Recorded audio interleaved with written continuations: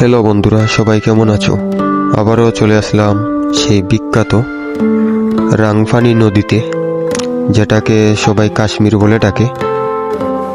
খুবই সুন্দর লাগছে, পাহাড়, সবুজ মাঠ এবং পানি খুবই সুন্দর, একদম কাশ্মীরের মতনই লাগছে।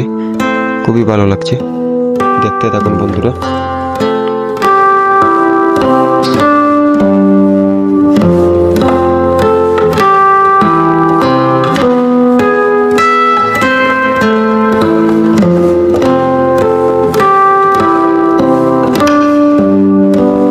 আমার বন্ধু দাঁড়িয়ে আছে সামনে, ও আমাকে ডাকতেছে যাওয়ার জন্য। সামনের দিকে আরো যাব। ঠিক আছে বন্ধুরা, দেখতে থাকুন, সবাইকে দেখাবো সুন্দর সুন্দর জায়গা।